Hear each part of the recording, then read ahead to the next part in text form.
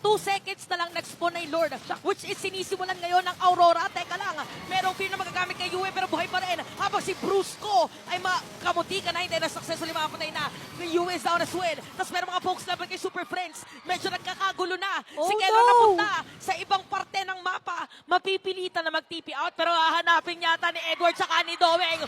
Huli ka ngayon sa ilalim ng tore. Si Domeng mapupush back pero may mga free hit para dito kay Kelra. Lumalaban! Eto na si Demon Knight! O, naghahanap muna sila ng perfect target.